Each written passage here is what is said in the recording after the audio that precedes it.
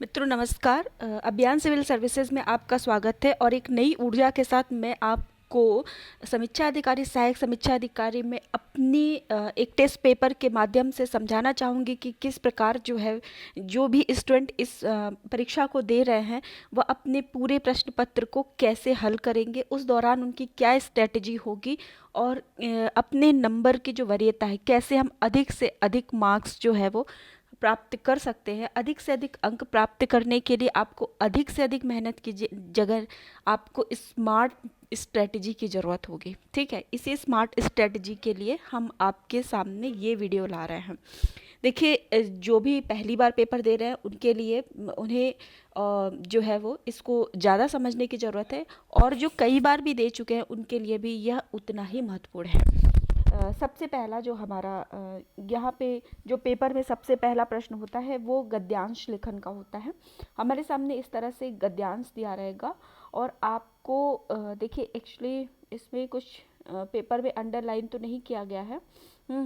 मान लीजिए आपको दो जो है वो आपके अंडरलाइन पार्ट्स होते हैं जिनकी आपको व्याख्या करनी होती है। ठीक है, तो इस तरह से अभी इसको, ये एक मॉडल पेपर है बस इसलिए बता रहे हैं। ये आपके सामने एक गद्यांश दिया रहेगा जिसको आपको जो है वो करना होगा। तो गद्यांश से जो प्रश्न बनते हैं तो सबसे पहले आपके सामने जो प्रश्न बनता है, उपर्युक्त गद्यांश का शीर्षक लिखिए। तो शीर्षक में आपको गद्यांश को शीर्षक में आपके लिए इसका वैसे मैं एक अलग सीरीज़ ही, एक अलग वीडियो ही बनाऊंगी कि गद्यांश लेखन से रिलेटेड प्रश्न को आप कैसे सॉल्व करेंगे। फिर भी मैं शॉर्ट में बता देती हूँ कि शीर्षक वही होना चाहिए जो कि आपके गद्यांश में जिस शब्द की बार बार चर्चा हो रही हो। और शीर्षक बनाते समय आपको यह ध्यान होना चाहिए कि शीर्षक अधिक लंबा नहीं होना चाहिए। जितना छोटे से छोटा हो सके शीर्षक उतना ही अच्छा होगा। एक या दो शब्द का शीर्षक सबसे उपयुक्त माना जाता है। फिर भी यदि ऐसा नहीं हो पा रहा है तो कम से कम यदि थोड़ा भी लंबा शीर्षक बनता है तो वो शीर्षक एकदम सटीक होना चाहिए। फिर दूसरा आता है संक्षेप में। इस जो गद्यांतरण है इसका जो है वो हमें सारांश लिखना होता है। सारांश लेखन भी जो एक कला होती है, जो आपको पूरे गद्यांतरण का जो है वो आपको 1/3 लिखना होता है। मतलब ये आपका जो पैराग्राफ है इसका 1/3 आपको यहाँ पे लिखना होता है। तो 1/3 के लिए जैसे आपने कोई सपोज़ कि एक 3 घंटे की मूवी देखी, पर जो मतलब कि जो रिव्यू करते हैं वो उस मूवी को आपको केवल 5 मिनट में या 10 मिनट में समझा देते हैं। क्यों? क्योंकि वो जो है वो उस मूवी के केवल क्रक्स पार्ट को बताते हैं, जो मेन स्टोरी थी उसको बताते हैं। तो सेम वही आपको करना है कि गद्यांतरण तो बहुत बड़ा है, बहुत सी चीज़ें इसमें लिखी हैं, तो इसको हमें बेकार की चीज़ों को हटा देना है। जो मेन इसका क्रक्स है उसे हमें सारांश में लिखना है, जिससे उसकी मूल जो भाषा है उस वह नहीं चेंज होनी चाहिए। मतलब जो कथन जो है वो प्रत्यक्ष है उसे प्रत्यक्ष ही लिखना, परोक्ष नहीं करना है। ठीक है, उसकी मूल जो भाषा है उसमें परिवर्तन नहीं होना चाहिए। और आप अपने मतलब सारांश में आप अपने शब्दों का प्रयोग कर सकते हैं, पर आप जो है वो उसके जो क्या कहते हैं कि इसके जो मूल भाग है उसमें कभी परिवर्तन नहीं कर सकते। एक जो बेस है उसका, उसमें कभी परिवर्तन नहीं कर सकते हैं। तो सारांश लेखन पे एक अलग वीडियो बनेगा। अभी तो मैं केवल आपको फुल पेपर समझा रही हूँ कि कैसे कर, मतलब क्या क्या आता है पेपर में। तो गद्यांतरण का जो शीर्षक है वो 3 नंबर का होता है।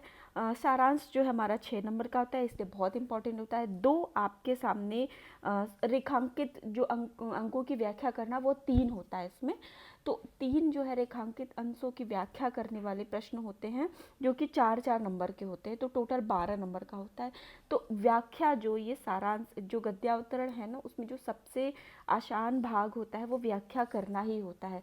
पर व्याख्या करने को भी लोग गलतियाँ कर देते हैं कि उल्टी सीधी चीज़ें लिख देते हैं, तो वो नहीं लिखना है।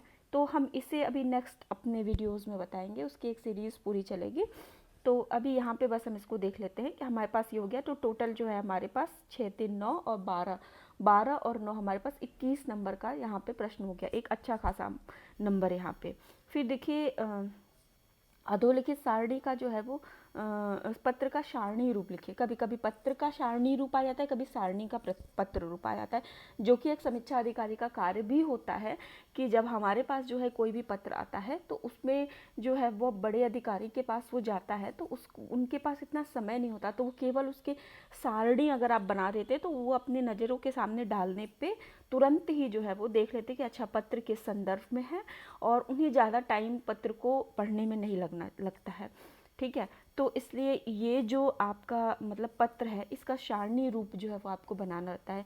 देखिए ये प्रश्न जो है ना आपका ये प्रश्न है 15 नंबर का। तो यदि ये प्रश्न 15 नंबर का है तो जाहिर सी बात है कि ये बहुत स्कोरिंग है। मैं ये बताना चाह रही हूँ कि तो इसकी प्रैक्टिस आप मतलब लोग जो है वो सारणी रूप का प्रैक्टिस नहीं करते हैं ज़्यादातर, उनको लगता है कि ये तो लिखा जाएगा एग्ज़ाम में, पर इसकी प्रैक्टिस अच्छे से करेंगे तो आपको एक अच्छा खासा मतलब नंबर जो 15 नंबर है वो काफ़ी स्कोरिंग है। आपकी छोटी सी जो है वो क्या कहते हैं प्रैक्टिस से जो है वो आपको इतना अच्छा नंबर मिल सकता है। उसके बाद हमारे 8-8 नंबर के जो 3 लेटर आते हैं, ठीक है, लेटर में जो है वो आपको मतलब कि सारे जो है लेटर के तो देखिए आपका प्रारूप भी आता है, और क्या कहते हैं कभी कभी जो है वो आपको लेटर भी लिखना होता है।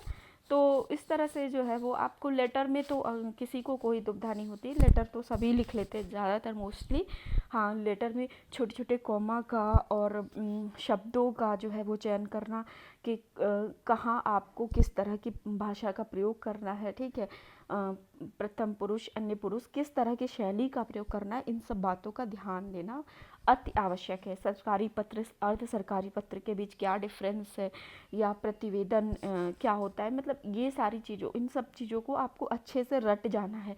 और ये बहुत मेहनत का काम नहीं है, पर स्कोर आप देख सकते हैं 24 नंबर आप यहाँ पे इजीली बना सकते हैं, आप पत्र का फॉर्मेट याद करके केवल, ठीक है।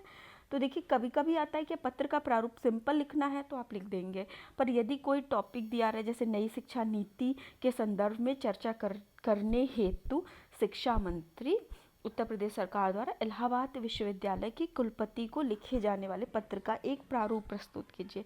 ठीक, अब आपको यहाँ पे ये नहीं दिया गया है कि ये सरकारी पत्र है या अर्ध सरकारी पत्र है, ठीक। तो आपको पता है सरकारी पत्र जो होता है वो एक सरकार मतलब कि एक विभाग से दूसरे विभाग की ओर मतलब जाता है, ठीक है। तो एक विभाग से एक विभाग की तरफ लिखा जाता है, जबकि अर्ध सरकारी पत्र जो होता है वो अंतर कार्यालयी पत्र होता है, और जबकि ये अंतर वैयक्तिक पत्र होता है। तो क्या लिखा है कि नई शिक्षा नीति के संदर्भ में चर्चा करने हेतु शिक्षा मंत्री, ठीक, शिक्षा मंत्री उत्तर प्रदेश सरकार द्वारा इलाहाबाद विश्वविद्यालय के कुलपति को लिखा जा रहा है ना, तो इसका मतलब है कि एक व्यक्ति से दूसरे व्यक्ति को लिखा जा रहा है, तो ये अर्ध सरकारी पत्र होगा, ठीक। फिर चुनाव आयोग द्वारा उत्तर प्रदेश के समस्त जिला अधिकारियों को चुनाव की विशेष तैयारी के संदर्भ में जानकारी हेतु लिखे जाने वाले एक पत्र का प्रारूप लिखे, ठीक।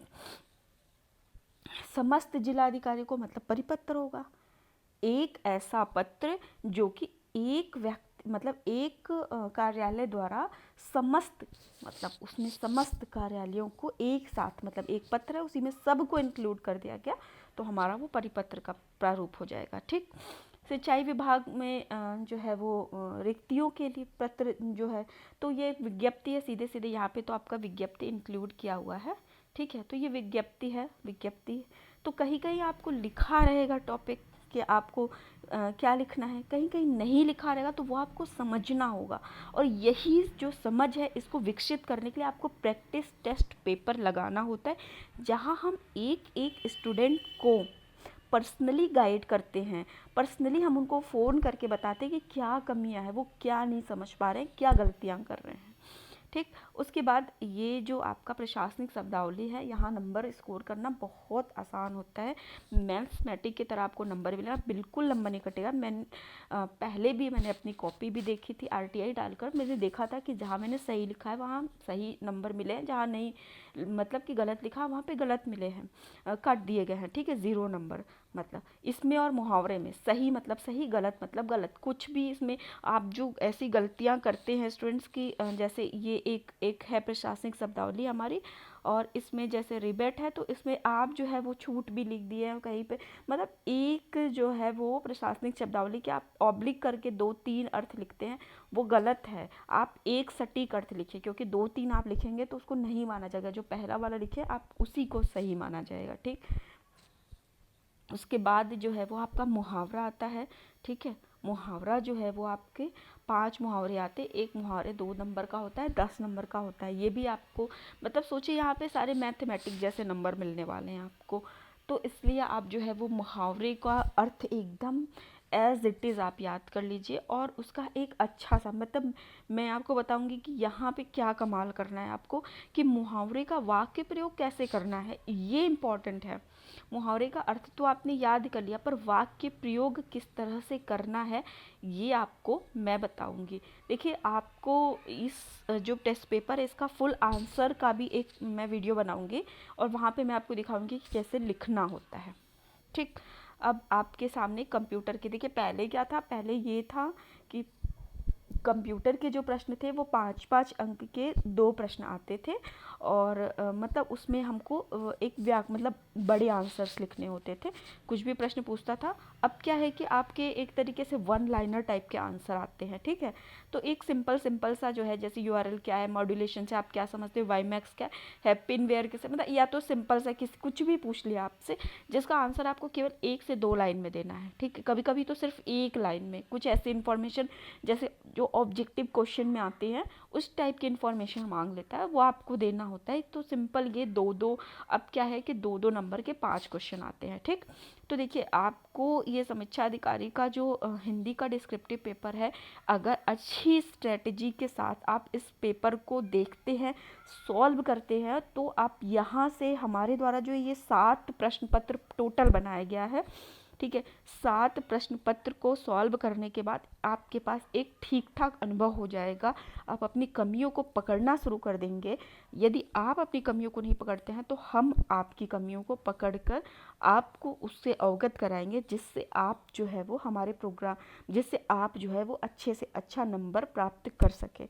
तो मित्रों, हमारे प्रोग्राम से जुड़ने के लिए अभियान सिविल सर्विसेज टेलीग्राम ग्रुप पे जुड़िए, और हम आपको डिस्क्रिप्शन बॉक्स में अपना नंबर डाल देते, उस नंबर पे कांटेक्ट करके हमारे टेस्ट सीरीज़ में एडमिशन ले सकते हैं। टेस्ट प्रोग्राम इससे पहले की टेस्ट जो है वो वीडियो में दिए गए हैं, उस वीडियो को आप ज़रूर देख लीजिए। हमारे टेस्ट प्रोग्राम का फुल शेड्यूल उसमें दिया गया है। मित्रों धन्यवाद, आपकी आगामी परीक्षा के लिए आप जो है वो मेहनत करते रहिए, हम आपके साथ हैं।